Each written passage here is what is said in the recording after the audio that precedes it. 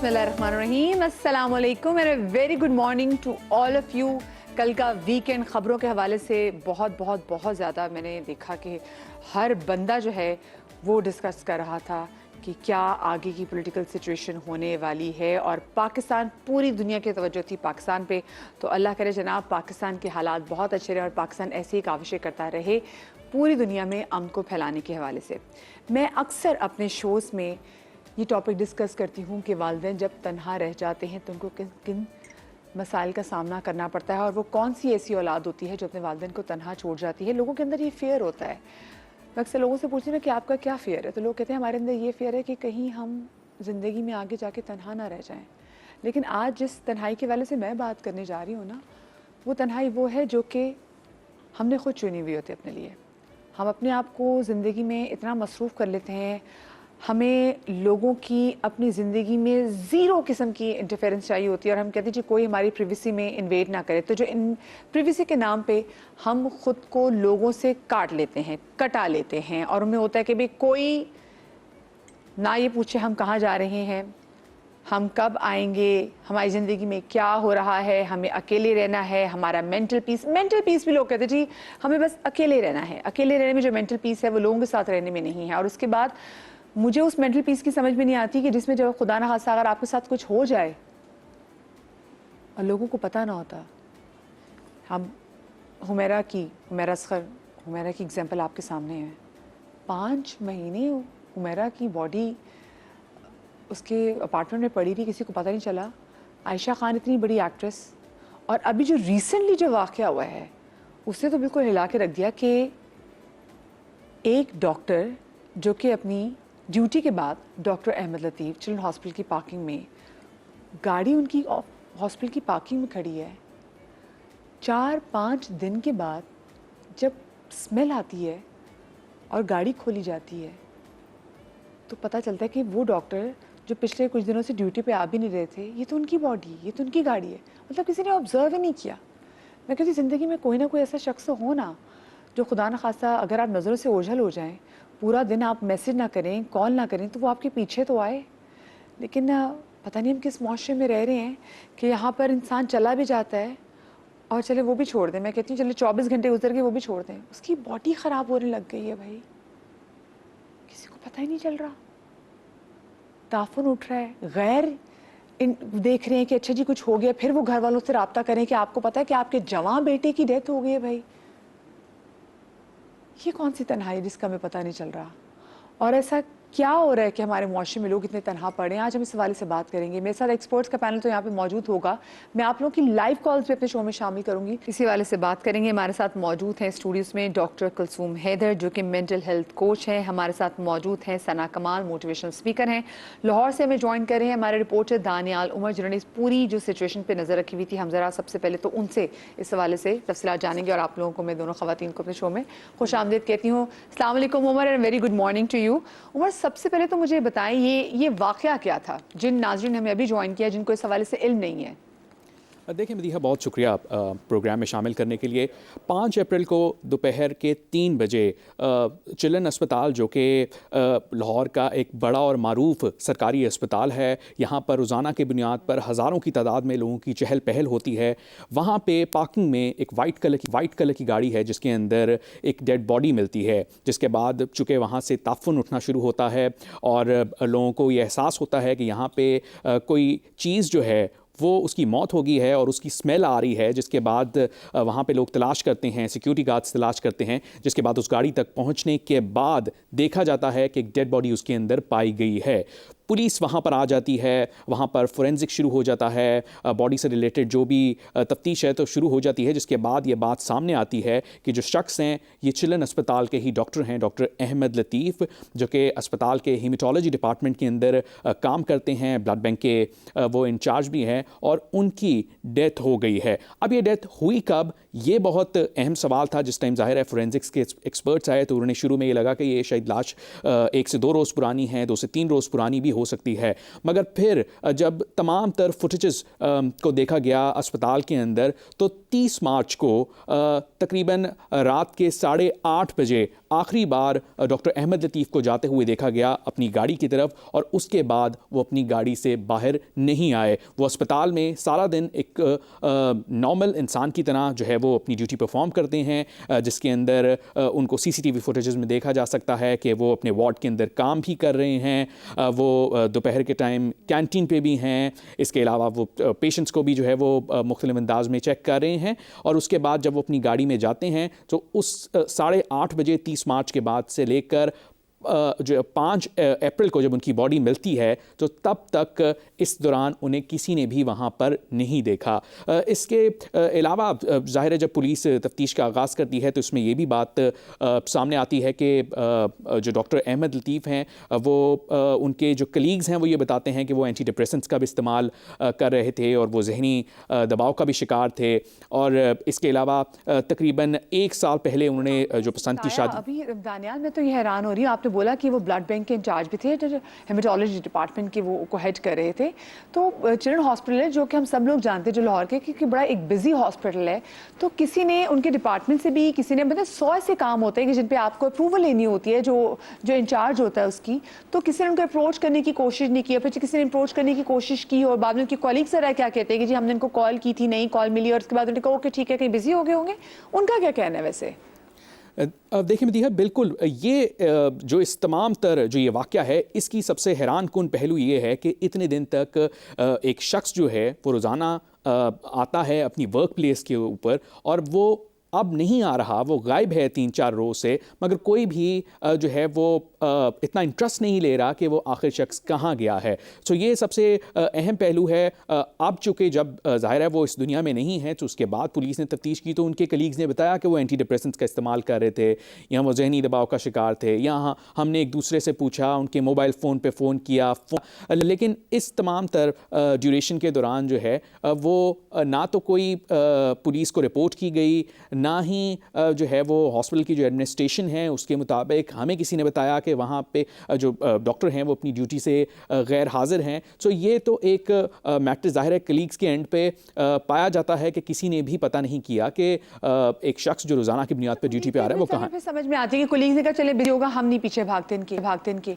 क्या डॉक्टर अहमद लतीफ़ के वालिदैन हयात हैं? उनके बहन भाई हैं? क्या वो इसी शहर में रहते थे? उन्होंने भी नहीं पता करने की कोशिश की कि हमारा बच्चा किधर है या बेटा घर नहीं आया? बिल्कुल मदीहा, उनकी जो फैमिली है वो लाहौर के अंदर ही रिहाइश पजीर है। कैनाल व्यू सोसाइटी है लाहौर के अंदर जहाँ पे वो रिहाइश पजीर थे डॉक्टर अहमद लतीफ़, और उनकी फैमिली का ये मौक़िफ़ है कि उन्होंने जो है वो पता करने की कोशिश की थी और लोगों से पूछा था कि जो है वो हमने अभी तक कोई राब्ता नहीं हुआ और उसको देखा नहीं है। लेकिन इसके बावजूद ज़ाहिर है पुलिस जो है वो इस मैटर के ऊपर तफ्तीश कर रही है, लेकिन उनकी फैमिली जो है उसका यही ख्याल है कि उनकी जो कॉज ऑफ डेथ है वो नेचुरली ही है, क्योंकि पुलिस ने जब सारी इन्वेस्टिगेशन की थी तो जब पोस्टमार्टम भी हुआ तो तमाम तर पहलुओं को देखते हुए इस बात का तो अंदाज़ा लगा लिया था कि उनका मर्डर नहीं हुआ, ये एक नेचुरल डेथ है। अब इसके अंदर ये देखा जा रहा है कि चले वो तो चले मान ले नेचुरल डेथ है उनकी, लेकिन बात तो ये ना कि जब रवैयों की मौत हो जाए कि आप बच्चे के पीछे आ नहीं रहे, आप देख नहीं रहे कि आपका बेटा 4-5 दिन से आपके साथ उसको कोई राब्ता ही बहाल नहीं हो रहा। तो खैर मैं बस क्विकली जानना चाहूँगी कि उनका इस पर क्या रद्द अमल था कि किसी ने अप्रोच करने की कोशिश क्यों नहीं की? बिल्कुल मदीहा, फैमिली का तो ज़ाहिर है अब भी ये मौक़िफ़ है और जो उन्होंने हॉस्पिटल की एडमिनिस्ट्रेशन को भी बताया है कि हमने जो है वो राब्ता करने की कोशिश की है। अब इसमें कितनी सदाकत है कितनी नहीं है इस बारे में कुछ भी नहीं कहा जा सकता, लेकिन यकीनन अगर तो किसी ने भी अप्रोच करने की कोशिश की है तो पुलिस को इस मैटर का पता होता, हॉस्पिटल की एडमिनिस्ट्रेशन को इस मैटर का पता होता।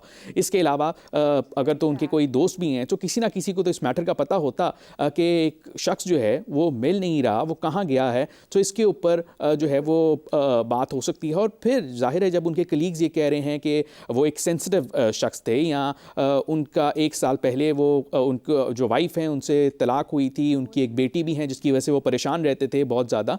तो अगर तो कलीग्स को ये मैटर पता है तो यकीनन फैमिली को भी ये मैटर पता ही होगा। तो उस सूरत हाल में भी एक शख्स को देखते हुए कि उसकी ये सिचुएशन है, किसी ने भी पता नहीं किया, तो ये इस मामले का बहुत अफसोसनाक पहलू है। थैंक यू सो मच जी। बड़े मुफस्सल तरीके से हमारे रिपोर्टर दानियाल उमर ने पूरी सिचुएशन की थी हमारे साथ शेयर की कि एग्जैक्टली ये स्टोरी क्या थी, लेकिन एग्जैक्टली मैं भी यही सोची जा रही हूँ कि कोई खुल के ये बता क्यों नहीं रहा कि हम क्यों नहीं पीछे आए। मैं आपको एक छोटा सा वाक़या मैं बता दूं। मीनवाइल हमें ज्वाइन किया जनाब हानिया काज़मी ने भी, जो कि मेंटल हेल्थ प्रोफेशनल ने भी ज्वाइन किया 3 महीने पहले की। मैं आपको वाक़या बताती हूँ अगर आप लोग की इजाज़त हो। मैं क्योंकि ये ना कि वालिदैन पीछे ही नहीं आए। मेरे वालिद साहब बैंक गए, वो बैंक से वापसी पे उनने जाना था ग्रॉसरी करने। अब वो ग्रॉसरी करने के लिए गए और जो उनका एक टाइम होता है कि ग्रॉसरी करके वापस अगर फ़र्ज़ कीजिए 2-2:30 बजे आते हैं, वो 2-2:30 बजे वापस नहीं है और उनको आने में 4 बज के अंदर 3:30 हो गए और अब वालिद साहब नहीं आए। अब मेरा भाई भी अपने ऑफिस में, हम भी, और पूछे कि अब्बू वापस क्यों नहीं आए, क्योंकि वो खुद ड्राइव करते हैं। अब्बू वापस क्यों नहीं आए? हमने जहाँ पे वो ग्रॉसरी करने जाते ना 1 घंटे के अंदर अंदर उनसे कहा कि जी अपनी फुटेज में देखें कि ये मेरे वालिद साहब यहीं से ग्रॉसरी करने आते हैं। तो उन्होंने कहा जी आए थे और इतने बजे उनकी गाड़ी जो है ना वो पार्किंग से निकल गई है, इतने बजे निकली है। अब फिर हमने टाइम कैलकुलेट किया कि अच्छा आपको सब्जी वगैरह को यूँ कर सकते हैं। मतलब हमने उस 1 घंटे के अंदर अंदर कि भाई कि हाँ वालिद साहब अकेले जाते हैं, खुद गाड़ी चलाते हैं, कि ये ना हो खुदा ना खासा कोई प्रॉब्लम ना हो गई, कोई एक्सीडेंट ना हो गया हो या कोई भी ऐसी चीज़ हो सकती। तो हम इतने विजिलेंट थे कि पता कर लो, अगर आप पता करना चाहे पता कर सकते हैं। लेकिन गाड़ी का मैं कहते हैं वालिदैन अगर आ जाते पता करने के लिए कि भाई देख लें बच्चा नहीं है, हम अस्पताल जाके देख लें, कोई गाड़ी देख लेता। खैर मैं डॉक्टर साहिबा सबसे पहले तो ये जानना चाहूँगी कि डॉक्टर्स की लाइफ के बारे में पहले बताएं। क्या इतनी स्ट्रेसफुल होती है कि इतना काम होता है कि वो कि जो उनके आसपास के लोग होते हैं वो भी अब ये शायद अंडरस्टैंड कर लेते हैं कि हाँ भी डॉक्टर है, बिजी होगा। क्या बहुत सारा वर्कलोड होता है डॉक्टर्स पे? क्या बिल्कुल ऐसा ही है। क्योंकि डॉक्टर्स हैं तो मसीहा, और उनकी अपनी लाइफ इतनी टफ है कि वो वर्क लाइफ बैलेंस है ही नहीं उनका। और ड्यूटीज़ का जो रोटेशन सिस्टम है वो है ही ऐसा कि दैट्स अंडरस्टूड कि उनको होता है कि अच्छा वो हॉस्पिटल में फंस गए होंगे। तो जो राब्ते की पहली सीढ़ी है वो तो वहीं पे पहले वो एक टूट जाती है कि उनको माइंडसेट ये बना हुआ है कि बिज़ी होंगे, ऑफिस में होंगे। बाकी हमने अभी रिसेंटली एक बहुत सीरीज़ की थी, वर्कशॉप्स की थी, and that was specially for doctors के उनकी वर्क लाइफ बैलेंस पे बात की जाए। क्योंकि जब मैं स्ट्रेस पे बात भी करूँगी, मुझे ब्रेक आ गई तो क्योंकि हम ये जानना चाहूँगी कि उनकी रूटीन वाकई कितनी टफ होती है। फिर अगर कोई घर में ऐसी कोई प्रॉब्लम चल रही हो कि उनको एंटी डिप्रेशन में जाना पड़े और एक डॉक्टर अगर एंटी डिप्रेशन पे हो तो वो कितनी एक अजीब सी एक सर खौफनाक सी तकलीफ बात हो सकती है। ब्रेक के बाद बात करेंगे।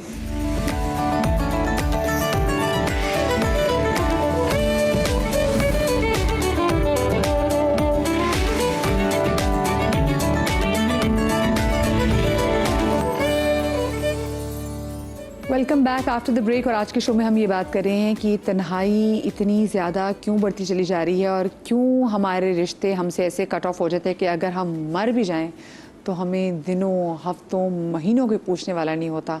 और फिर वही बात है कि जब कभी इन्वेस्टिगेशन होती है ताउन में तो अभी भी सोचती है कि पता नहीं कहीं कराची में और ऐसी, और कराची क्या पूरे पाकिस्तान में, दुनिया में ऐसी बहुत सारे लोग होंगे और पता नहीं अल्लाह न करे ऐसे जो अकेले इस वक्त होंगे और उनको भी खौफ है कि उनको पीछे अगर उनको कुछ हो जाए तो कुछ आने वाला नहीं होगा।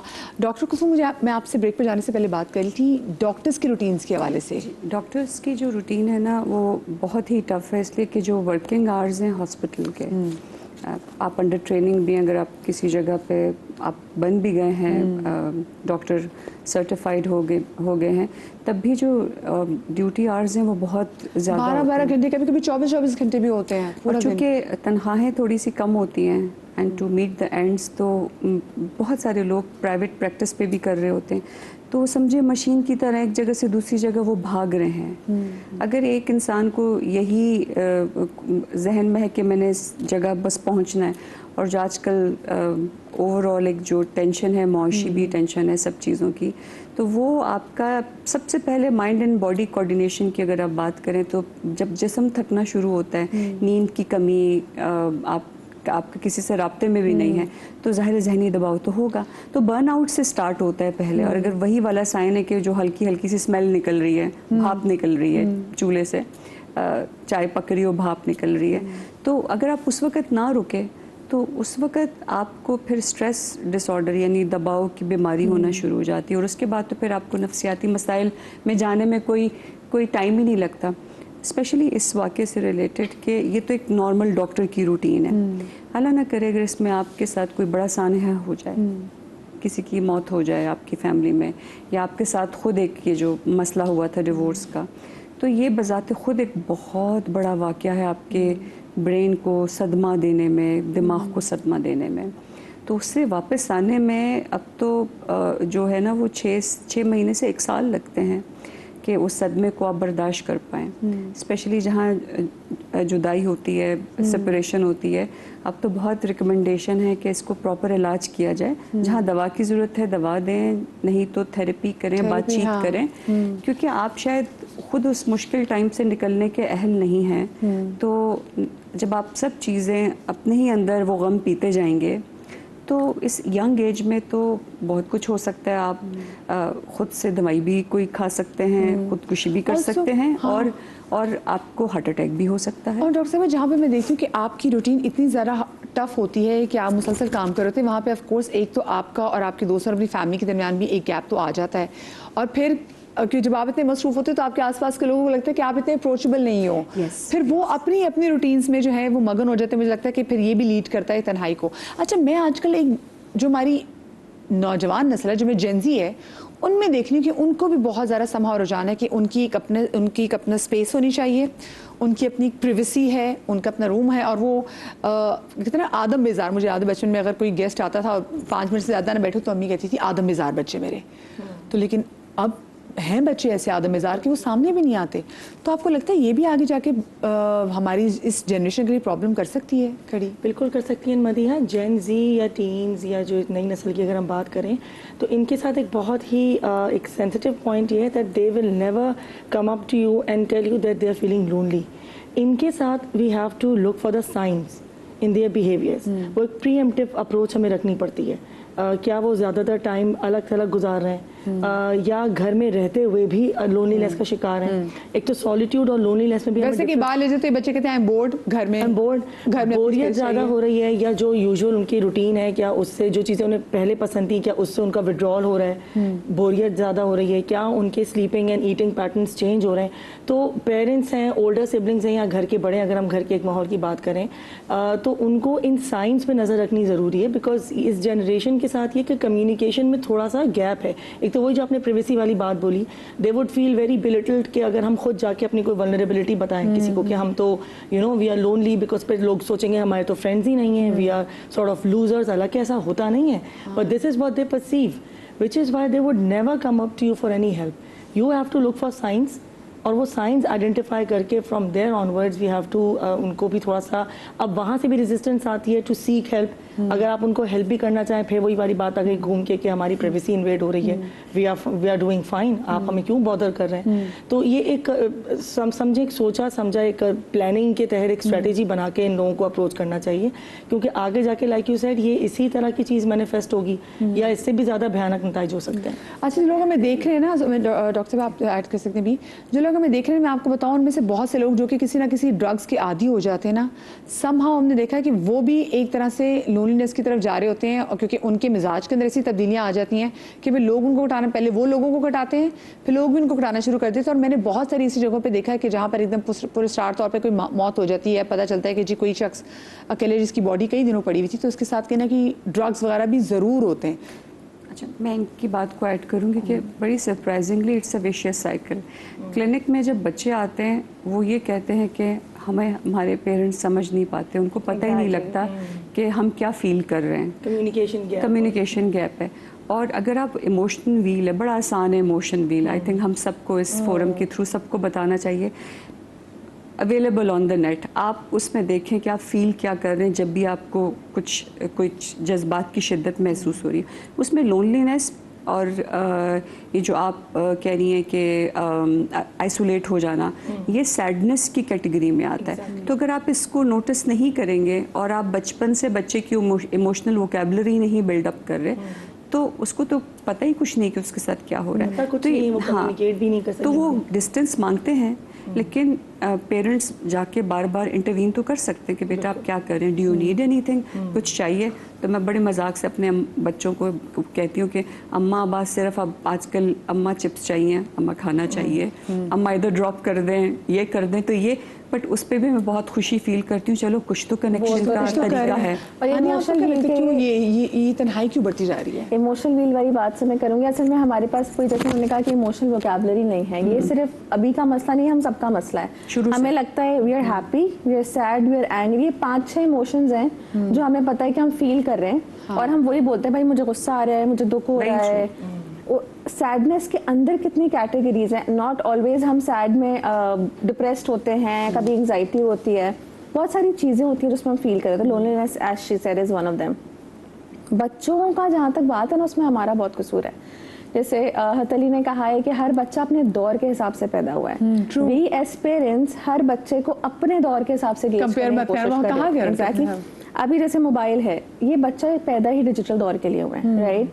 बच्चा पैदा होता है कैसा उसको मोबाइल चलाना आ रहा होता है, व्हाई? बिकॉज उनका जीन्स या वैसा है। अगर हम उनसे कहते हैं इस चीज को कि भाई तुम इसलिए ऐसे हो, तुम इसलिए लोनली हो बिकॉज यू यूजिंग मोबाइल, ये मोबाइल इस फसाद की जड़ है, सब कुछ है, it's not right, exactly, because वो पैदा ही इस दौर के लिए हुआ। अगर अब हम उनसे एक्सपेक्ट करेंगे कि जैसे मेहमानों के सामने से आपने कहा कि हमें वो करते थे, अगर अभी वो प्रेशर आप अपने बच्चे पे डालो, that's unfair with them, because I think not unfair but वो बच्चा आपसे वैसे ही कट जाएगा पीछे, क्योंकि ये उनके लिए एक ये मेरे माँ बाप क्या बेवकूफी कर रहे हैं, अनजस्टिफाइड डिमांड है, राइट? और फिर हम कहते हैं ऐसे छोटे बच्चों को आंटी आइए पोएम सुनाओ, आंटी आइए ये करो। हाँ, ये जो हमारे जमाने में तो हो गया। क्योंकि वही बोला कि हमें बचपन से ही ना पब्लिक प्लीजर बनाया गया है। एग्जैक्टली। ठीक है, अब मुझे तो पब्लिक प्लीजर की टर्म अब समझ में आई कि अच्छा वाकई यार हमारे माँ बाप ये करते थे। एग्जैक्टली। अब आज के बच्चे के साथ आप जरा ये करें, वो ये चीजें उनको मजीद दूर ले जाती हैं, राइट? और जो आइसोलेशन, ये बच्चे खुद आइसोलेशन मांगते हैं प्रिवेसी के कॉन्सेप्ट में,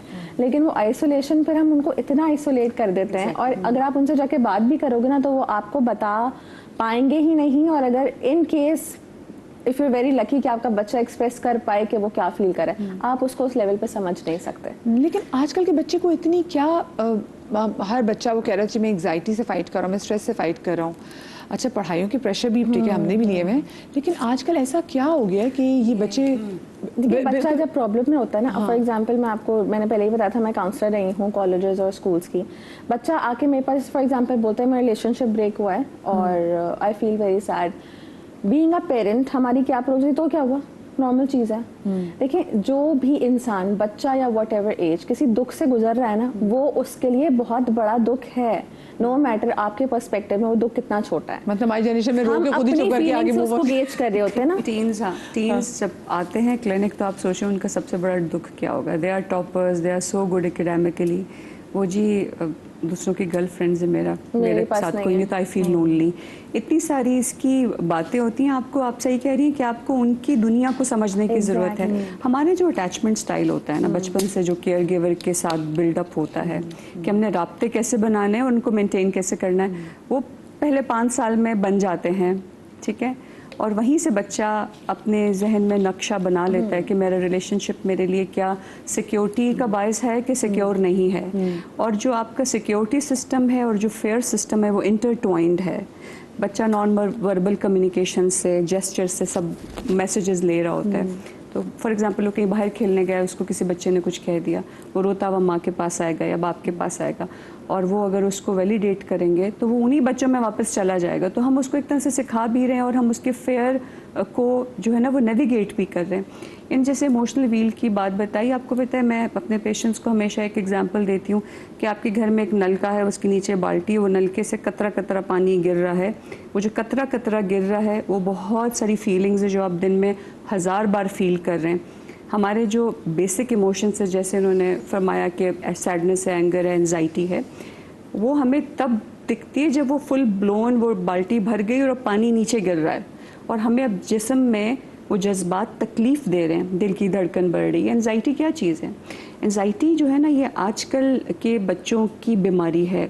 I call it teens problem. वजह क्या है कि जो दिमाग का सोचने समझने वाला हिस्सा है जिसको प्रीफ्रंटल कॉर्टेक्स कहते हैं, ये लेटेस्ट बिल्डअप हुआ है। बच्चा पढ़ रहा है तो ओवर स्टिमुलेट हो रहा है, वो सोशल मीडिया पे सर्फिंग कर रहा है, वो ओवर स्टिमुलेट हो रहा है, इन्फॉर्मेशन जा रही है जा रही है जा रही है जा रही है, बाल्टी भरे जा रही है, कंपैरिजन्स हो गए, कंप्लेन हो गया, क्रिटिसाइज हो गया, उनको पता ही नहीं कि वो फील क्या कर रहे हैं, और एक टाइम आता है कि they end up with having an anxiety disorder, और फिर हम उनको दवाइयों पे डाल देते हैं। ऐसे मामलात में आई फील कि हमें जज करना चाहिए कि अगर हम बच्चे की थोड़ी सी थेरेपी करके पहले कोशिश करें कि उसके अपने अंदर की जो क्वालिटीज़ हैं उसको उभारें, उसकी स्केड्यूल को ठीक करें। रात को सोते नहीं हैं बच्चे, पूरी पूरी रात जागते रहते हैं, बिंज ईटिंग करते हैं, तो ये सब चीज़ें ना आपस में कनेक्टेड हैं बहुत ज़्यादा। तो ये आपका जो फेयर सिस्टम है ना, अगर ये अनअटेंडेड रह जाता है पहले 5 सालों में, तो आगे जाके हर रिलेशनशिप में मसले आना शुरू हो जाते हैं। अच्छा, लेकिन मुझे मैं ये भी जानना चाहूँगी, जैसे मैं अगर तन्हाई के वाले से बात कर रही हूँ, कुछ लोग हमारा कराची शहर ऐसा है जिसमें, क्योंकि एक तो सड़कें इतनी अच्छी नहीं है, फिर फासले बहुत ज़्यादा हैं। लाहौर में भी ऐसा हमने देखा है कि लाहौर में भी फासले बहुत ज़्यादा बढ़ गए हैं, लेकिन सड़कें अच्छी, लोगों को ट्रैवल करते हुए कम्यूट करते हुए प्रॉब्लम नहीं होती। अब मैं बहुत से लोगों को ऐसे जानती हूँ कि जिनकी फैमिलीज़ तो चले, वो कहते हैं हमारे यहाँ नॉर्थ नासबंद फैमिलीज रहती है, लेकिन वो उन्होंने जाके पे डिफेंस में कि बुखारी वगैरह में उनके जो बच्चे हैं वो वहाँ पर अकेले रह रहे हैं, मतलब फैमिली को छोड़ते हुए वो अब अकेले रह रहे हैं। और आप वैसे भी चले जाए तो हमारे अपार्टमेंट सिस्टम में आप बहुत से लोगों को देखेंगे जो कि अकेले रह रहे हैं वहाँ पे, और बड़ा मुश्किल है इस शहर में अकेले रहना। तो जो अकेले रहता है, अगर आपका कोई जानने वाला किसी शहर में अकेले रहता है तो प्लीज़ आप उसको नज़र अगर नहीं रख सकते तो कॉल ज़रूर करते रहें। लेकिन मुझे ये बताएं, वैसे बहुत से लोग जो कि बाय चॉइस अकेले रहते हैं, वो क्यों अकेले रहते हैं? उनको लगता है वो बहुत ज़्यादा समझदार है और उनको लगता है कि नहीं, मुझे ज़्यादा लोगों की चिक चिक अपनी ज़िंदगी में नहीं चाहिए, मैं इतने लोगों की रिस्पॉन्सिबिलिटी नहीं ले सकता, या मैं इतने लोगों को जवाब दे नहीं हूँ, इसलिए माई लाइफ माई रूल्स, मैं तो अकेले रहूँगा। क्या रीज़न होती है? अच्छा, इसके लिए हमें स्क्वायर वन पे आना पड़ेगा, और एक बहुत जो डिफ्रेंशिएट हम नहीं कर पाते वो सीखना पड़ेगा, to distinguish between loneliness and solitude. अब जो ये आप बता रही हैं ना, ये एक सॉलिट्यूड की फॉर्म है, वेयर यू वुड वांट कि हमारे मैटर्स प्राइवेट रहें, हमारी प्राइवेसी भी मेंटेन रहे, कोई ज़्यादा हमसे सवाल जवाब ना करे, और सॉलिट्यूड का मोटिवेशन हमेशा मेंटल पीस होना चाहिए। अब यहाँ पर लोग ब्लर कर देते हैं उस लाइन को लोनलीनेस से। Loneliness is a disconnect, social level पर भी, इमोशनल लेवल पर भी। बात ये शुरू, जैसे आप कह रही हैं, और बिल्कुल ऐसा होता है, आप डीएचए के कमर्शियल एरियाज़ में चले जाएं, आपको शेयरिंग में काफ़ी ज़्यादा यहाँ कराची में लोग, बच्चे, स्टूडेंट्स हैं, वर्किंग फीमेल्स हैं, मेल्स हैं, यंगस्टर्स जो मिल रहे हैं, इनकी फैमिलीज़ कराची के मुख्तलिफ इलाकों में रहती हैं। अच्छा, कुछ का ये भी रीज़न है कि हमारे कम्यूट हमें आसानी पड़ता है, या हमारा काम ऐसा है कि हमें प्राइवेसी चाहिए। अब यहाँ पर आकर एक तो ये बात आ गई कि जिस तरह पेरेंट्स हैं, आपने कहा नो हाउ रखें, आप दोस्त हैं, बातचीत करें। दूसरा ये कि एक थोड़ा सा खुद भी हमें अवेयरनेस क्रिएट करनी है कि क्या हमारा सॉलिट्यूड जो हम सीख करते हुए अकेले रहने आए थे, क्या वो लोनलीनेस में तब्दील तो नहीं हो रहा? क्या हम आइसोलेट, बिल्कुल डिस्कनेक्ट में तो नहीं जा रहे? सोशली भी, इमोशनली भी, हर तरह से मेंटली भी यहाँ पर ये चीज़ खतरनाक हो जाती है। तो ठीक है, सॉलिट्यूड होना, एक आइसोलेट, अपने आप को इस तरह आइसोलेट तो नहीं कहूँगी, सॉलिट्यूड में इसलिए जाना कि हमें मेंटल पीस चाहिए, या हमारी कोई ज़िंदगी के बाकी की रूटीन है वो डिस्टर्ब हो रहे हैं, यहाँ की हद तक तो इट्स डूएबल, इट्स फाइन। लेकिन उसको भी चेक में रखना, बैलेंस में रखना बहुत मुश्किल है, क्योंकि फिर वही बात है कि लोग लोनलीनेस की तरफ चले जाते हैं, फिर इस तरह के वाक़यात, खुदा न खासा। आप लोग भी कॉल करके बताइएगा कि आपके आसपास अगर कोई ऐसा शख्स है जो आपको लगता है कि हाँ जी तन्हाई का शिकार है, और फिर आप उसके हवाले से कंसर्न हो, और आपने क्या जुगाड़ निकाली हो कि आपने किस तरीके से उस शख्स से इन टच रहना, क्योंकि ये भी बहुत बड़ा टास्क होता है ना, कि आपको पता है आपके एक दोस्त है जो कि वो डिप्रेशन से भी गुजर रहा है, वो आपको अपनी मर्जी से कटा भी देता है, वो आपको एकदम घोस्ट भी कर देता है, और आपको पता है इसके साथ नफसियाती मसले मसाइल भी हैं, और आपको उसके बाद से डर भी लगा हुआ है, और आप छोड़ देते हैं कि नहीं, माइंड कर जाएगा। हाँ, माइंड कर जाएगा। हाँ, क्योंकि मैं बहुत ऐसे लोगों को देखती हूँ कि जब उनको प्रॉब्लम होती है तो वो आपके साथ होते हैं, लेकिन जब आप उनके पीछे भागने की कोशिश कर रहे थे just to keep an eye on them कि ये ठीक है, तो आपका फ़ोन भी नहीं उठाएंगे। तो ज़रा ऐसे लोगों के लिए क्या करना चाहिए, एक छोटी सी ब्रेक के बाद डिस्कस करेंगे, हमारे साथ रहिएगा।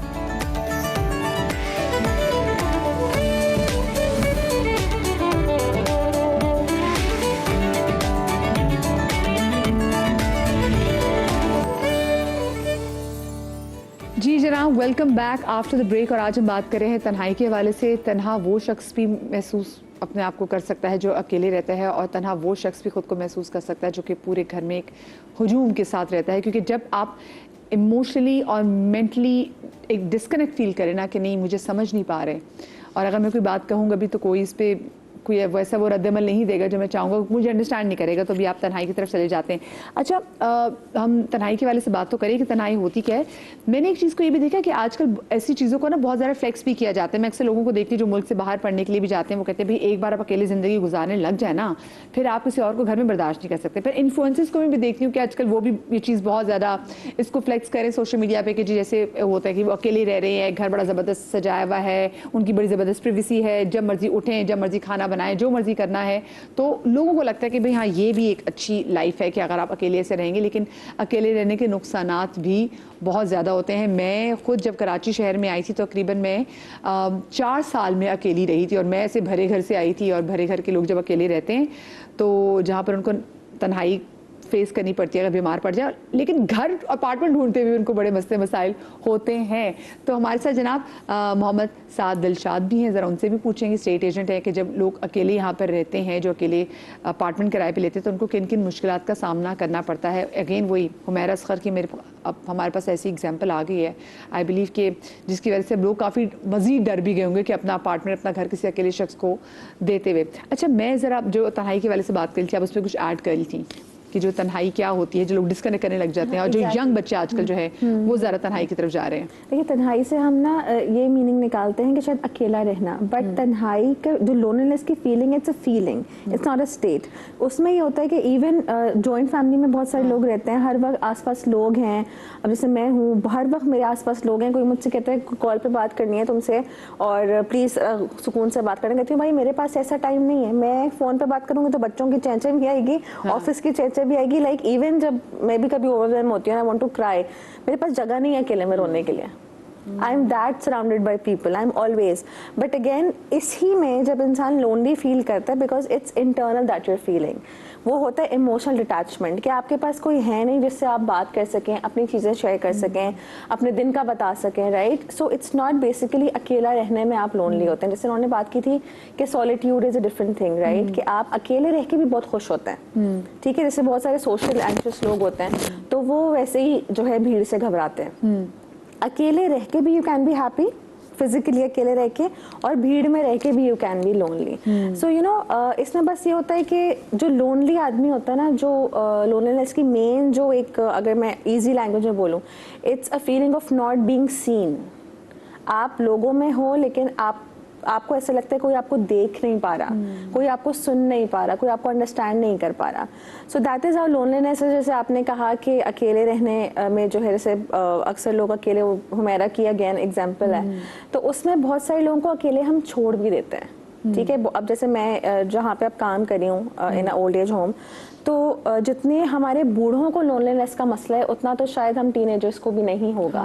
उसकी रीज़न ये है कि वो अब पूरी ज़िंदगी गुजार चुके हैं, अब उनके पास कुछ करने को नहीं है, तो अब सोसाइटी के लिए they are a useless fragment, जिनसे अब कुछ वापस नहीं मिलने वाला। तो हम घर में भी जब हमारे बुजुर्ग होते हैं, बूढ़े होते हैं, उनको हम क्या करते हैं, कमरे की हद तक होते हैं, खाना दे रहे हैं, कपड़ा दे रहे हैं, दवा दे रहे हैं, बैठना, बात करना, क्योंकि मैंने देखा हमारे है, पास टाइम नहीं है। आपके स्पाउस की डेथ हो जाए तो वो आप तब बहुत जो तनहा फील करते हैं, क्योंकि आपके लेकिन पास इसमें बात पता करने है के लिए मध्य, नहीं देयर है। Is other perspective to us as well.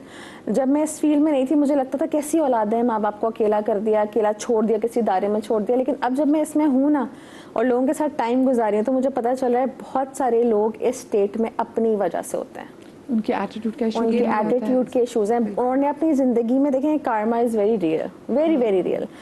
वो माँ बाप या वो पेरेंट जिसने कभी अपने बेटे, अपने बच्चों पर जुल्म किया हो किसी भी लेवल का, या कोई सास अपनी बहू पर जुल्म करती हो, एट द एंड क्या होगा, अपने सुकून के लिए उनको हल्के हल्के आइसोलेट ही किया जाएगा ना।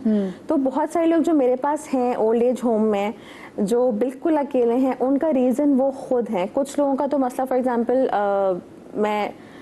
मैं आदमियों की मोस्टली बात करूंगी कि उनके सामने जाते हुए ना, हालांकि I am the manager of that place, I have an authority there, मैं डरती हूँ।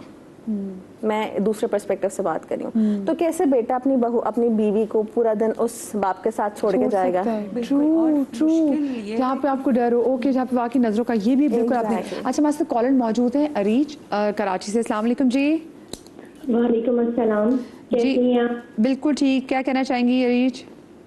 मैं ये कहना चाहती हूँ कि मुझे बहुत शदीद स्ट्रेस हो गया है अभी कुछ 6-7 महीनों से। मैं अपने लॉज के साथ रहती हूँ और इस कदर मुझे स्ट्रेस है कि मैं अब बिल्कुल मेरे सर में एनी टाइम दर्द रहता है। मैं बहुत ज़्यादा मतलब हॉस्पिटलाइज हो रही हूँ जस्ट सिर्फ इन लॉज की वजह से कि वो लोग मुझे बहुत ज़्यादा डिग्रेड करते हैं, हर चीज़ों पर मुझसे हावी होना चाहते हैं। मुझे कोई इसका हल बता दें कि मैं इस स्ट्रेस से कैसे निकलूँ, डिप्रेशन से। अच्छा, वैसे आपने कहा आप हॉस्पिटलाइज रही, तो जो हॉस्पिटलाइज आप किस वजह से रही थी? मैं मतलब मेरे सर में इतना शदीद दर्द होता था कि मैं बिस्तर से नहीं उठ सकती थी, शदीद चक्कर आता था, मैं चल फिर नहीं सकती थी। तो मुझे कहा गया कि आप स्ट्रेस में आप स्ट्रेस अपना कम कीजिए, इसका कोई हल है कि मैं स्ट्रेस कैसे कम कर सकती हूँ। क्योंकि जब मैं किसी डॉक्टर के पास जाती हूँ तो उनकी यही कहते कि आपको स्ट्रेस है, डिप्रेशन है, कोई बीमारी नहीं है आपको। हाँ, Psychosomatic symptoms हो रहे हैं। हाँ, इसको हम वही कहते हैं कि जब आप को किसी भी चीज़ का हल नहीं मिलता और आप बहुत हाथ पैर इधर मारते हैं तो आपकी बॉडी जवाब देना छोड़ देती है, जिसमें आपको, जैसे मैंने कहा कि वो जो टब भर रहा है हल्के हल्के कतरे से, तो इन बेचारी ने बड़ी कोशिश की होगी निमटने से। अब इसमें देखिए ज़िम्मेदारी उस रिलेशनशिप की है ना, जैसे मैंने कहा कि अटैचमेंट बॉन्ड्स होते हैं कि आपकी शादी एक बंदे से हुई है, वो रिस्पॉन्सिबल है आपके लिए आवाज़ उठाने के लिए या आपका एक बैलेंस करने के लिए। तो इसमें तो कपल काउंसलिंग की ज़रूरत है। हम एज एन, जैसे मुझे बहुत अफसोस होता है कि फ़ीमेल्स, मोस्टली वर्किंग फ़ीमेल्स भी इसी चीज़ पे आती हैं कि हमें शरीयत इजाज़त देती है कि विद इन द हदूद हम अलग रह लें, ऊपर नीचे रह लें, किचन अलग कर दें। लेकिन हम जब शादी करके बीवी को छोड़ देते हैं उनके रहम करम से, तो वो तो बाहर से आ रही है ना, उसको क्या पता है। मर्द की अंडरस्टैंडिंग होती है कि मेरे पेरेंट्स से मैं बर्दाश्त कर रहा हूँ तो तुम भी बर्दाश्त करो, ऐसा पॉसिबल नहीं होता है। तो सबसे पहले तो इनके हस्बैंड को समझने की ज़रूरत है कि ये चीज़, अब वो माँ भी है ना, अब उनके बच्चे भी हैं, तो अगर एक माँ अपने बच्चों के लिए ही अवेलेबल नहीं है इमोशनली, तो हम तो साइकिल को ख़त्म ही नहीं कर रहे। एक औरत किसी भी ट्रॉमा के साइकिल को 7 जनरेशन तक पास ऑन करती रहती है। डॉक्टर साहब, स्ट्रेस कैसे खत्म करें? वो कहते हैं ना कि स्ट्रेस पे क्या हमारा कोई काबू है? नहीं, देखिए, स्ट्रेस सबसे पहले आपको मसले का हल ढूंढना है। एनवायरनमेंट चेंज करना है, मसले का हल ढूंढना है। वो कहते हैं पौधा अगर ग्रो नहीं कर रहा होता तो आप पौधे को काटते नहीं, उसका एनवायरनमेंट बदल देते हैं। अब जैसे अरीज बता रही है, क्या पता उनके हस्बैंड में एक वो भी प्रॉब्लम होंगे ना कि लेकिन अगर मेरे हस्बैंड मुझे ये कहें कि हाँ मैं समझ सकता हूँ, जैसे इन्होंने कहा, मैं देख सकता हूँ, and I am here with you, कि आपको मसला हो रहा है और मैं आपको हर मुमकिन कोशिश करूँगा, सपोर्ट करूँगा, तो आई थिंक वो बीवी समझ जाएगी कुछ अरसे के लिए। सबसे पहले राब्ते की, बातचीत की ज़रूरत है। देखिए, दवाइयाँ, काउंसलिंग, घर से बाहर आप कितना भी कर लें, जब तक आप घर के एनवायरनमेंट में किसी ट्रस्टवर्दी बंदे को नहीं ढूंढेंगे ना, तो बाहर से आपको मौका नहीं मिलेगा। और ये चीज़ बड़ी इंपॉर्टेंट है हमें समझने के लिए। जैसे इन्होंने भी कहा कि मसला ये है कि देखिए, कुरान में भी जिक्र है डिमेंशिया का, इन सब चीज़ों का पहले भी जिक्र हुआ था। हमारे पेरेंट्स बिल्कुल जब ओल्ड एज में जाते हैं तो उनके मसला ये होता है कि पैटर्न्स बहुत रेजिस्टेंट हो जाते हैं। बच्चा जो है ना, वो फिर भी हम बर्दाश्त करते हैं बिकॉज हमारी उनके साथ एक इमोशनल अटैचमेंट होती है, इसलिए रहम का, इसलिए बहुत सारी चीज़ों का जिक्र आया हुआ है। ये जो है ना, ये बड़ा कंट्रोवर्शियल टॉपिक है कि या तो बच्चों ने छोड़ दिया या पेरेंट्स में वो नहीं है। बहरहाल किसी भी रिलेशनशिप में जो ताली है ना, वो दोनों हाथों से बचती है। और हमें राब्ते पे और ओपननेस पे बात करनी चाहिए। जहाँ अगर मुझे ये डर हो कि मैं अपने मियाँ से, अपनी सास से, अपनी माँ से, अपनी बाप से बात करते हुए उन्होंने मुझे एक तंजिया जुमला बोल देना या मुझे जज कर देना है या डांट देंगे, मैं क्यों जाऊंगी उस रिलेशनशिप के पास? और फिर वो सब चीज़ें अंदर अंदर पलती रहेंगी और फिर यही हाल होगा इनका। मुझे ऐसा लगता है ये अपने पेरेंट्स से बात करती होंगी तो कहती होंगी नहीं, गुजारा करना है तुमने, बच्चे हैं तुम्हारे। अच्छा, सफ़िया दोस्त मोहम्मद हमारे साथ कॉर्पोरेट ट्रेनर, वो भी हमारे साथ कॉल पर मौजूद हैं। सफ़िया, सबसे पहले तो शो में आपको खुश आमदीद कहना चाहूँगी। मुझे बताएं कि आजकल के दौर में जहाँ पर हम बहुत ज़्यादा करियर ओरिएंटेड भी हो गए हैं और हमें है कि जी हमने अपनी ज़िंदगी बनानी है, हमने अपना करियर बनाना है, हम अपनी ज़िंदगी ऐसी डिज़ाइन करेंगे, अपनी ज़िंदगी ऐसी डिज़ाइन करेंगे, समाओ ज़िंदगी में सिर्फ अकेले होते हैं और कोई नहीं होता। कि बहुत ज़्यादा करियर ओरिएंटेड हो जाना, क्योंकि आप पीछे मुड़ के नहीं देख रहे कि पीछे कौन आपको देख रहा है, पीछे ज़िंदगी में क्या हो रहा है, बस आपको एक गोल अचीव करना है, आपको वहाँ तक पहुँचना ही पहुँचना है। क्या कभी कभी इतना गोल के पीछे भागना भी आपको अकेला कर सकता है? Assalamualaikum. Thank you so much for having me on the show, Hadia. अच्छा, देखिए, किसी चीज़ की भी ज़्यादती जो होती है ना, वो तो अच्छी नहीं है, चाहे वो आपका गोल हो, चाहे वो आपकी लाइफ की कोई भी चीज हो ना। तो अगर आप अपनी लाइफ में एक बैलेंस नहीं रख सकते तो फिर देखिए ना, जैसे बैलेंस होता है ना, किसी बैलेंस की एक साइड पे अगर ज्यादा वजन हो जाएगा तो बैलेंस खराब हो जाता है ना। इसी तरह अगर आप अपनी लाइफ की डिफरेंट चीजें जिसपे आपको बैलेंस करना है वो बैलेंस आप मेंटेन नहीं कर रहे हैं तो बहुत सारी चीजें इसका मतलब इग्नोर हो रही है या ओवरलुक्ड हो रही है। तो अगर आपने करियर पे बहुत ज्यादा फोकस कर लिया है तो इसका मतलब है आप सोशल, स्पिरिचुअल लाइफ या फिजिकल लाइफ ये सारी चीजें अफेक्ट हो रही है ना, क्योंकि आप कॉम्प्रोमाइज कर रहे हैं। तो आप अगर वो फोकस सारा अपने करियर को दे देते हैं तो इन दी एंड जब आप जो भी अगर 10 साल 15 साल 20 साल जो भी आप लगाते हैं करियर पे, अगर आपकी टाइमिंग है सुबह 9 से 5 बजे तक और आप रात के 8 बजे तक बैठे हुए तो आप क्या अचीव कर लेंगे? आपने बाद में जो आपकी लाइफ के गैप्स हैं उसको आप कैसे फुलफिल करेंगे? अगर आपके दोस्त नहीं, जैसे होता है ना कुछ लोग होते हैं नहीं मेरे पास टाइम नहीं है, मेरी जॉब बहुत टफ है, मैं नहीं कर पा रही हूँ या मैं नहीं कर पा रहा हूँ, तो फिर जब वो फारिग होते हैं तो फिर वो अपने साथ कैसे रहेंगे? उन्होंने तो अपने ऊपर भी काम नहीं किया ना, उन्होंने तो सारा काम करियर पे किया। और इनकी एम जो है या जनरल भी आपको सबसे ज्यादा तो अपने साथ टाइम गुजारना, जब आप अपने साथ भी गुजार सकेंगे दूसरों के साथ भी गुजार सकेंगे, फिजिकली भी। देखिए ऑफिस का जो जॉब होती है ना बहुत टफ होती है, आसान जॉब नहीं होती। जब आप ऑफिस में हैं और आपकी डिमांड्स हैं जो आपने मीट करनी है तो that takes a toll on you physically as well as emotionally. उस पर तो आपने कुछ भी नहीं किया ना। सही। चलें, तो बहुत ये शुक्रिया सब जी। कुछ- सफिया दोस्त मोहम्मद हमारे साथ मौजूद थे। अच्छा खैर, क्योंकि देखिए वेस्ट में एक चीज़ है कि जब बच्चा आपका 18 साल कहते हैं चलो भी अब बच्चे अब तुम बाहर निकलो और अपनी ज़िंदगी खुद बनाओ, फिर वो बच्चा स्ट्रगल करता है, वो शेयरिंग पे रहता है, तो वहाँ तो हमें समझ में आती है कि फिर वही बच्चा अगर कल कला माँ बाप को टाइम ना दे तो समझ में आता है, क्योंकि उसने अपनी स्ट्रगल्स को देखी होती हैं और फिर माँ बाप भी उनको भी उतने यूज्ड टू होते हैं। तो वहाँ पे तन्हाई लोगों में होती है। आप ट्रैवल करें बाहर, आप देखते हैं कि वो लोग तन्हा पसंद भी होते हैं और फिर तन्हाई की वजह से डिप्रेशन में भी होते हैं। मुझे आप ये बताएं कि जब आप कोई शहर में कैसे शख्स आता है जो कि अकेला होता है, लड़का हो या लड़की, तो उनको अपने लिए कोई जगह रेंट पे लेने के लिए किन किन परेशानी से गुजरना पड़ता है? कोई भी अगर बैचलर, चाहे वो मेल हो फीमेल हो, जब कभी भी सबलेट करने की कोई चीज़ प्रॉपर्टी कोशिश करते हैं, उनको बहुत सारी हिंड्रेंसेस आती हैं। 2-3 मेन चैलेंजेस आते हैं, जिसमें सबसे पहले जो हमारी सोसाइटी में एक कल्चर डेवलप हो चुका है कि लोनली पर्सन में इधर वो मेल हो फीमेल हो, उनको लैंडलॉर्ड रेंट आउट करने में हेजिटेट करते हैं। बीइंग अ रीज़न कि एज अ कम्युनिटी, हम एज अ सोसाइटी हम लोग उसको अप्रिशिएट नहीं करते, अच्छा नहीं समझते, क्योंकि unethical activities, unethical behaviours, unethical practices. लड़का हो तो मिलते और मसले होंगे, लड़की हो तो और मसले होंगे। ईदर वेज आजकल की सोसाइटी में ईदर वे आप वो एक चैलेंज है आपको, और लैंडलॉर्ड के लिए एक बहुत बड़ी प्रॉब्लम है कि गॉड फॉरबिड वहाँ से अगर कोई इशू क्रिएट होता है तो उसकी प्रॉपर्टी डिफेम होती है उससे। सेकेंडली जो हमारे एक सोसाइटी में एक और ट्रेंड है कि जो एग्रीमेंट्स हैं, जो रेंटल एग्रीमेंट्स हैं, वो यूजुअली मेल मेंबर से किए जाते हैं। फीमेल मेंबर से आप देखते हैं बहुत ही रेयर केसेस में, अगर वो they are the alone member of their family, then उस केसेस में उनको या फिर वो अच्छा अर्न कर रही हो, अच्छी जी जी जी जी जी बिल्कुल सब्सटेंशियल इनकम आ रही हो, तो उन केसेस में उनके साथ एग्रीमेंट कर लिया जाता है। यूजुअली प्रेफर ये किया जाता है कि मेल मेंबर्स के साथ एग्रीमेंट हो, ताकि अगर कोई लीगल प्रोसीजर करना पड़े गॉड फॉरबिड, तो उसमें फिर मेल टू मेल इंटरेक्शन काफ़ी इजी होता है। और हमारी सोसाइटी में फीमेल्स को बहुत ही रिगार्ड किया जाता है। तो ये 2 चैलेंजेस हैं।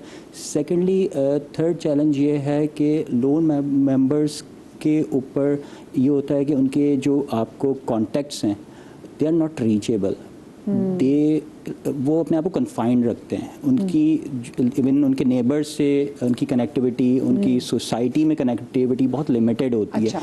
तो उनके जो ये चैलेंजेस 2 से 3 चैलेंजेस आजकल डे बाय डे इंक्रीज होते जा रहे हैं, और टेनेंट्स को बहुत ज़्यादा, जो लैंडलॉर्ड्स हैं उनको बहुत ज़्यादा डिफिकल्टी पेश आ रही है। अच्छा, जैसे किसी अपार्टमेंट बारे में रह रहे हैं तो वहाँ पे भी अगर फैमिलीज रहती हैं तो वो भी बड़ा कहते हैं, बुरा मनाते हैं। वो कहते हैं क्योंकि अकेली लड़की, अगर कोई आगे भी कोई अकेला लड़का आ गया तो वो कहते हैं नहीं, ऐसे किसी कुंवारे लड़के को नहीं देना, किसी ऐसी कुंवारी लड़की को नहीं देना, हमें नहीं पता कि क्या आने जाने वाले से नज़र भी रखते हैं। बिल्कुल बिल्कुल, यू आर वेरी राइट। और एक चीज़ और पॉइंट आउट करूँगा, इस चीज़ का ट्रेंड, लोनलीनेस का ट्रेंड अब प्राइज है, अब ये ऊपर की तरफ जा रहा है हमारी सोसाइटी में। इसका रीज़न ये है कि जैसे कि आप लोगों ने अभी डिस्कशन में हाईलाइट किया, that was a very right point, कि वेस्ट के कल्चर का इन्फ्लुएंस हमारी सोसाइटी पे आ रहा है। और इट्स नॉट नेसेसरी कि जो वहाँ पे पढ़ के आए हैं या वहाँ पे रह के आए हैं सिर्फ उन पे, सोशल मीडिया से हर कोई कनेक्टेड है, राइट?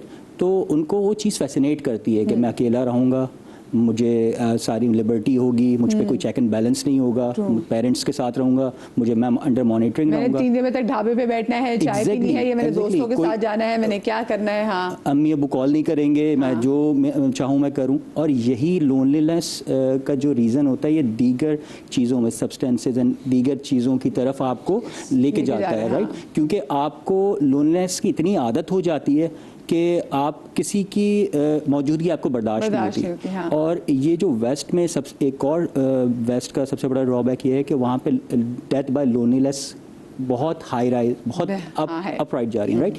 तो ये अब आप देखें कि हमारी सोसाइटी में हमें डे बाय डे ऐसी इन्फॉर्मेशन आ रही होती है नियर अराउंड, जैसे कि अभी आप ये एक इंसिडेंट बात कर रही हैं, तो ये भी उसी का एक इंडिकेटर है कि हमने इसको अगर कोप अप नहीं किया तो ये हमारे लिए भी बहुत ही एक परेशानी का सबब बन सकता है फ्यूचर में। एक्स्ट्रा क्या शिकायत ऐड होती हैं जब कोई आप एग्रीमेंट करने जा रहे होते हो, घर के वाले से, रेंट के वाले से, अपार्टमेंट के वाले से, कोई अकेला शख्स हो तो क्या चीज़ें ऐड होती हैं? उसमें एज सच तो कोई एडिशनल रिक्वायरमेंट्स, लीगल ऑब्लिगेशन नहीं है, मगर डेफिनेटली जो लैंडलॉर्ड है वो अपने आप को सिक्योर करने के लिए आपके इमरजेंसी कॉन्टैक्ट्स और एक गारंटर, जो एक बहुत ही वैलिड और एक्टिव गारंटर हो, उसको ज़रूर उसमें इन करता है एग्रीमेंट में, ताकि एक चीज़ मेक श्योर आपकी तरफ से अगर कोई चीज़ एडहेयर ना हो तो उसमें फिर विटनेस या जो गारंटर है उसको फिर टेकअप किया जाए कि वो उसमें उस मैटर को टेकअप करें।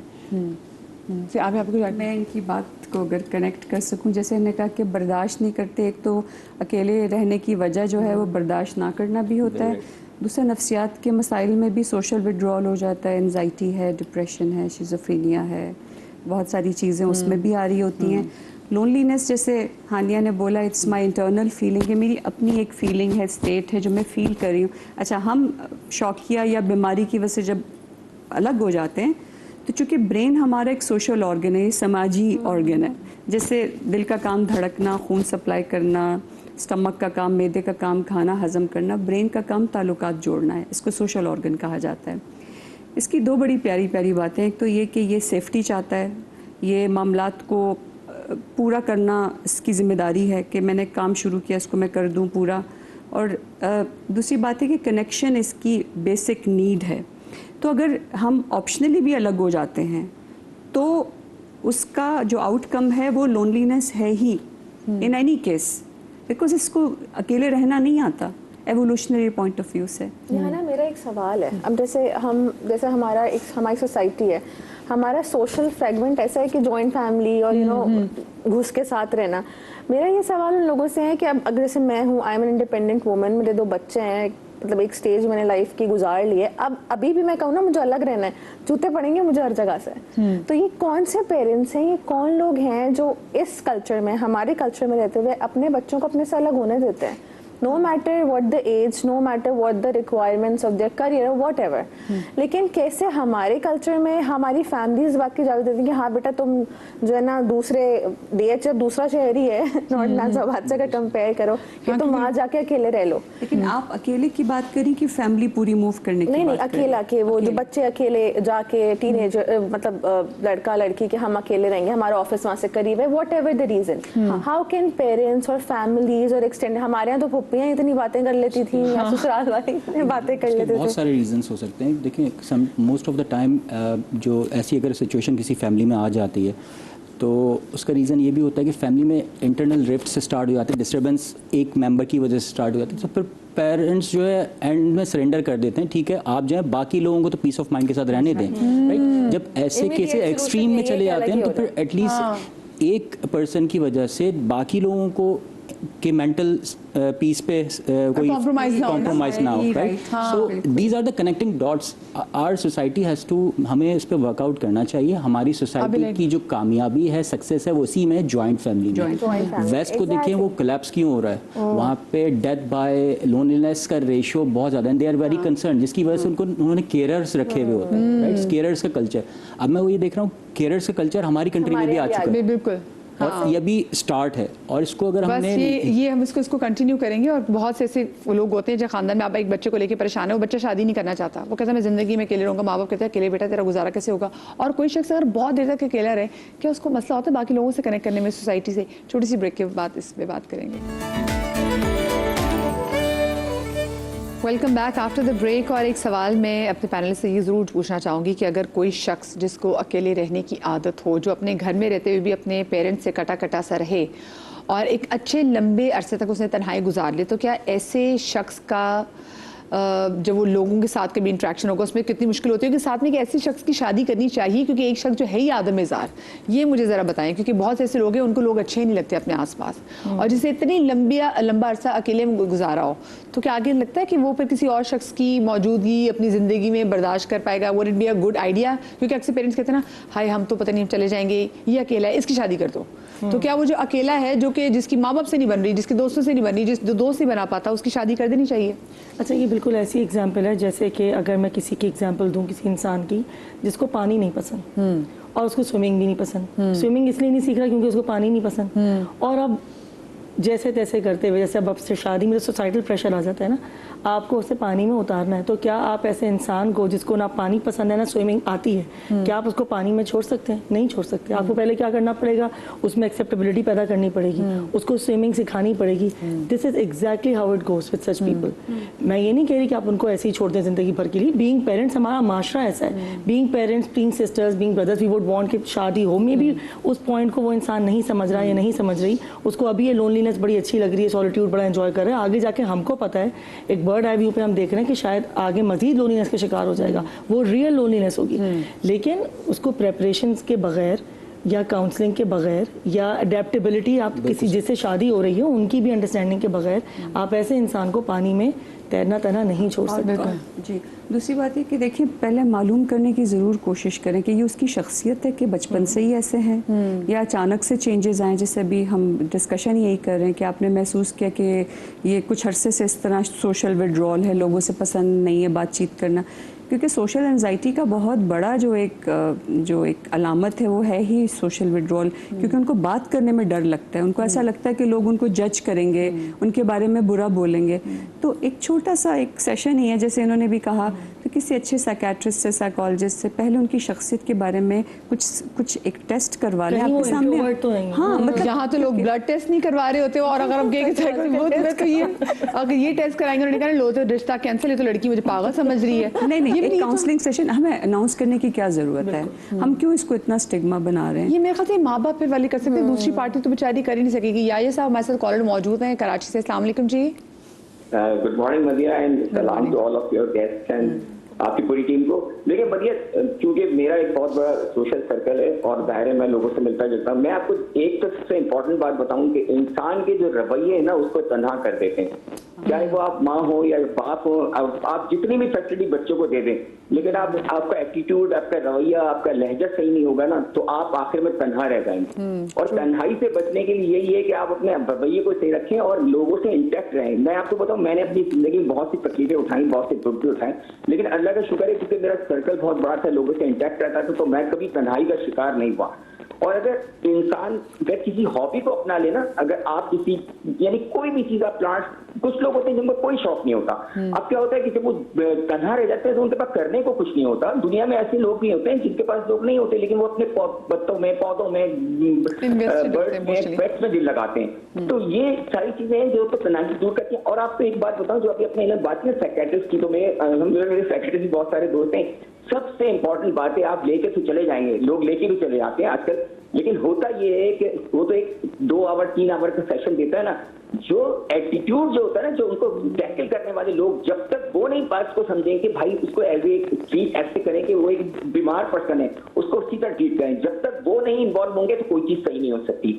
बस यही मुझे कहना है। Thank you so much. Thank you, बहुत शुक्रिया आपकी कॉल कर। आपने बड़ी अच्छी बात की कि इंसान को जो उसके रवैये है ना वो तन्हा कर देते हैं। जब आप लोगों के साथ बैठेंगे, बेजारी से बैठेंगे, लोगों से सही बात नहीं करेंगे, तो एक टाइम तक तो लोग आपके साथ आपके पीछे भागेंगे अगर आप उनके प्यारे हैं, लेकिन फिर वो होगा कि वो लोग भी अपने अपने मामलात में बिजी हो जाएंगे और फिर वो आपकी तरफ देखना भी छोड़ देंगे, क्योंकि आपकी तरफ से उनको सिर्फ और सिर्फ ना नेगेटिविटी मिल रही है, नेगेटिव एनर्जी मिल रही है। आप कुछ ऐड करना चाह रहे हैं? मैं इसमें ये ऐड करूँगा जो आपने पॉइंट हाईलाइट किया, बहुत ही वैलिड पॉइंट है। मोस्ट ऑफ द केसेस में जहाँ पे ऐसे शख्स को जो काफ़ी अरसे से अकेला रहा है और उसमें एक्सेप्टेंस नहीं है, लोगों से मिलने जुलने का रुझान नहीं है उसके अंदर, उसको आप अगर शादी के लिए फोर्स करते हैं तो देखा गया है कि फौरी तौर पे उसको मेंटली रेडी करने के बजाय कि उसको टाइम दिया जाए कि वो अपने आप को रेडी करे कि मुझे ये एक जिम्मेदारी लेनी है अपनी लाइफ में, उसको हम ओवरनाइट विद इन मंथ्स उसको बोल देते हैं आपकी शादी हो रही है। उसकी पहले काउंसलिंग करें। और काउंसलिंग का ये है कि हमारी सोसाइटी में काउंसलिंग को ये लिया जाता है काउंसलिंग बीमार लोगों की ही होती है, ठीक है। ये सबसे बड़ा हमारे यहाँ एक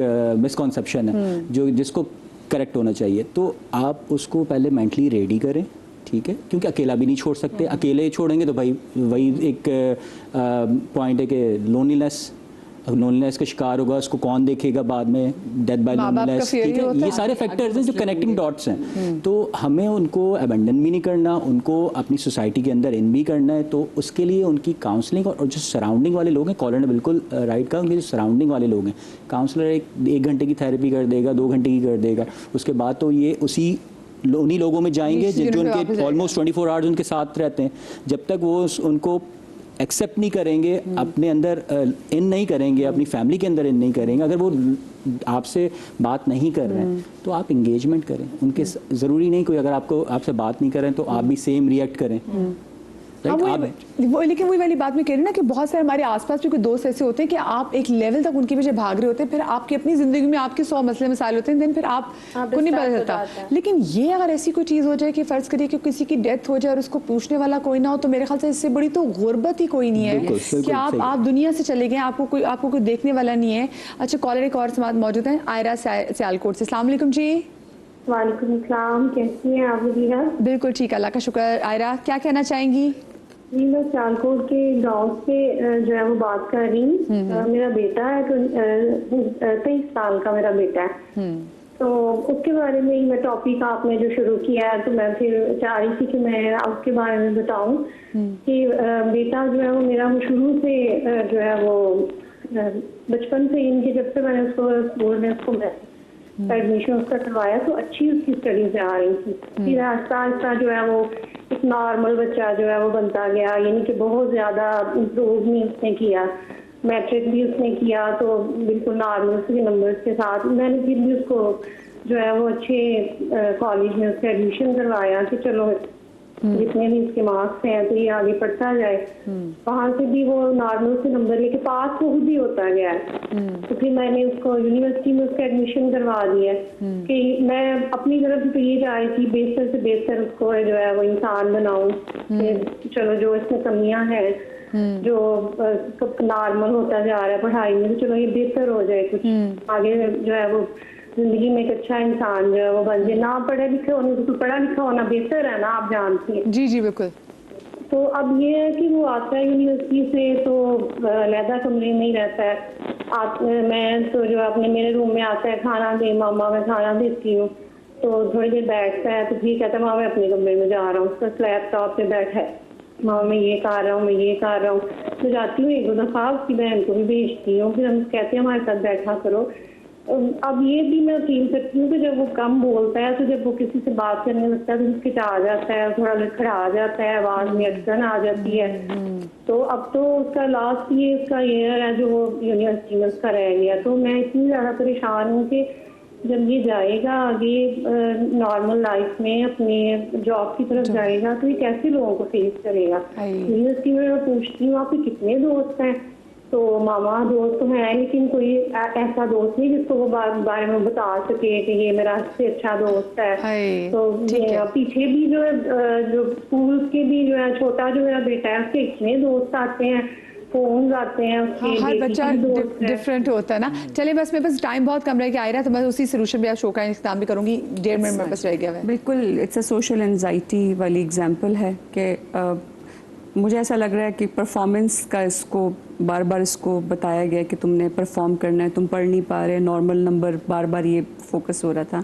तो बच्चे ने आहिस्ता आहिस्ता वो सेफ्टी जो बाउंड्री है वो उसकी टूट गई विद द घर वाले, और अब वो स्कूल में कॉलेज में भी वो फेस नहीं कर पा रहा। तो इसका तो बहुत आसान सा, इसमें तो दवा की भी ज़रूरत से ज़्यादा बातचीत की और उसको सेफ्टी प्रोवाइड करने, जैसे कहा कि लोगों से डर लगता है, तो एक जैसे लेकिन जैसे इन्होंने कहा सेशन पूरी फैमिली का होना चाहिए। मैं हमेशा सजेस्ट करती हूँ कि बच्चों को अकेला पकड़ के मत लेके आए, सबसे पहले पेरेंट्स को मैं पकड़ती हूँ कि आपको समझना है। तो ये सोशल एंजाइटी की बड़ी क्लासिकल एग्जाम्पल हमने क्राइटेरियाज बना लिए, मार्क्स अच्छे आएंगे तो ही तुम अच्छे हो। तो वो उसको सोशल प्रेशर दे दे के हमने उसको सोशली एंग्शियस कर दिया है। अब उसको ये परफॉर्मेंस, क्योंकि I am not a very good, कभी हमारी बहुत ज्यादा एक्सपेक्टेशंस भी हमारे बच्चों को तनहा कर देती है, क्योंकि उनको ये डर होता है कि मैंने तो उनका नाम बोल दिया है, मैं इनको फेस नहीं कर सकता, बच्चा ऐसे भी तनहा हो सकता है। अब वक्त हमारे शो का खत्म हो गया। आप सबका बहुत शुक्रिया। शादरी आबादरी लपाक आपको लाती गम से महफूज रखें। कल मिलेंगे। अल्लाह हाफिज़।